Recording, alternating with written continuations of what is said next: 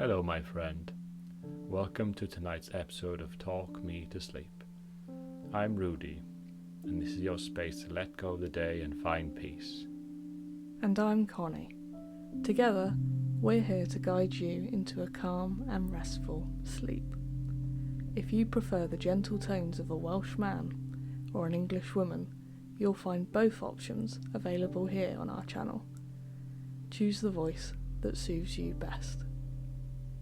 So, take a deep breath with us, in and out. Let the noise of the world fade away as we begin tonight's journey into rest.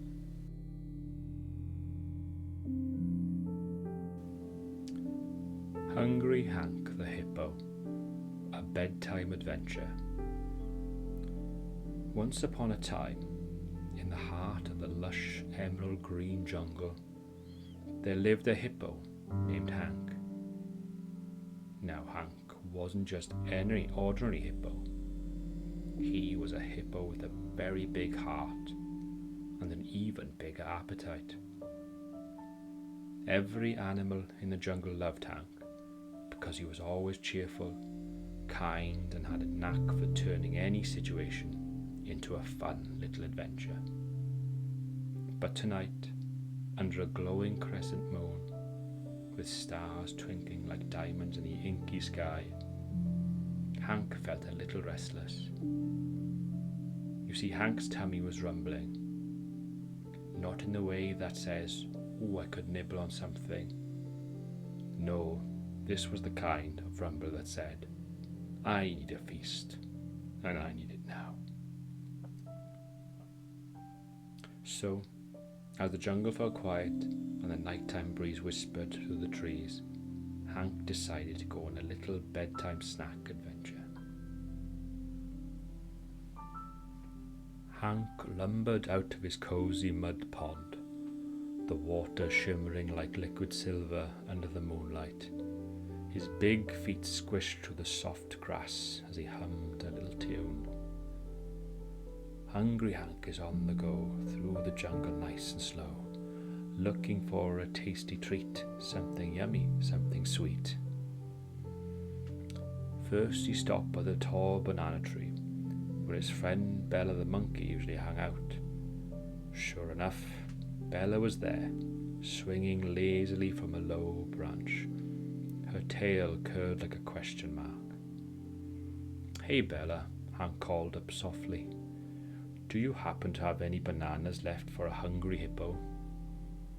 Bella chuckled and tossed down a ripe banana. "Here you go, Hank. But just one. I've got to save the rest for breakfast." "Thanks, Bella," Hank grinned, gobbling it up in one big bite. But his tummy gave him another rumble, and he knew his adventure wasn't over yet.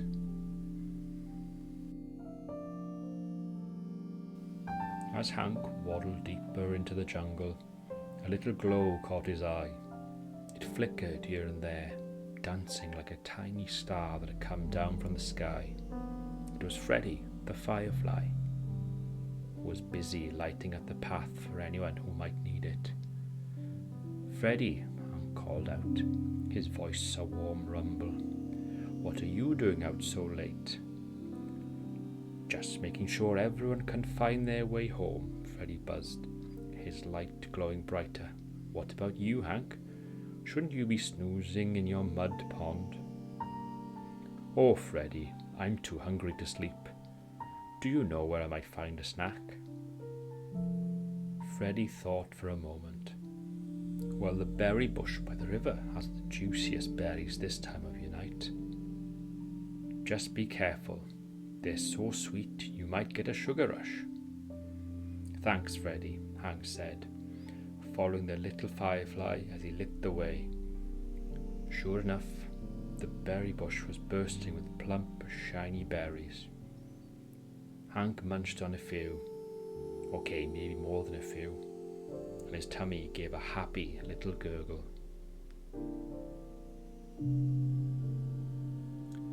Just when Hank thought his adventure might be over, he heard a soft giggle nearby. It was Tilly, the tortoise, was carrying a basket on her back. The basket was brimming with freshly baked cookies. "Tilly, are those what I think they are?" Hank asked, his eyes wide with delight. "They are," Tilly said proudly. "I made them for my midnight snack. But I suppose I could share a few with you, Hank." "Oh, Tilly, you're the best," Hank exclaimed. He took a cookie and savoured the warm, gooey chocolate chips. For the first time that night, his tummy stopped rumbling. As Hank and Tilly sat by the river, munching cookies under the starry sky, they talked about all the little things that made the jungle so special. The way the trees swayed in the wind, the sound of the crickets chirping, and the gentle glow of Freddy's light in the distance.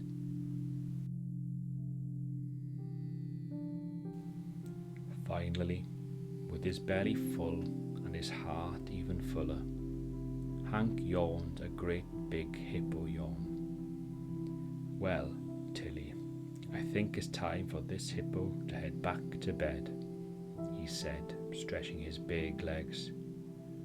Tilly nodded. "Good night, Hank. Sweet dreams."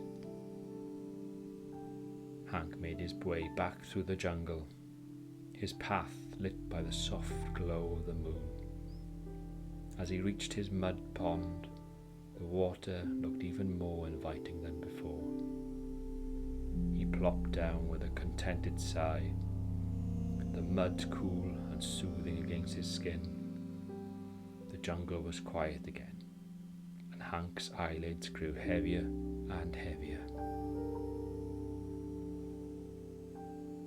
As Hank lay there, he thought about his little adventure, the banana from Bella, the berries by the river, the cookie from Tilly, and the friendly glow of Freddy's light.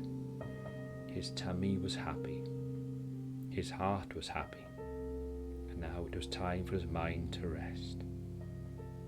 The stars twinkled above him, their lights soft and calming, as if they were singing a gentle lullaby. Hank's breathing slowed, deep and steady, as he began to drift off. The last thing he remembered was the feel of the cool mud and the sound of the jungle, a perfect symphony of crickets, frogs, and the occasional rustle of leaves in the wind. And so Hank the Hippo, full of snacks and surrounded by the beauty of his jungle home, fell into a peaceful, dreamy sleep.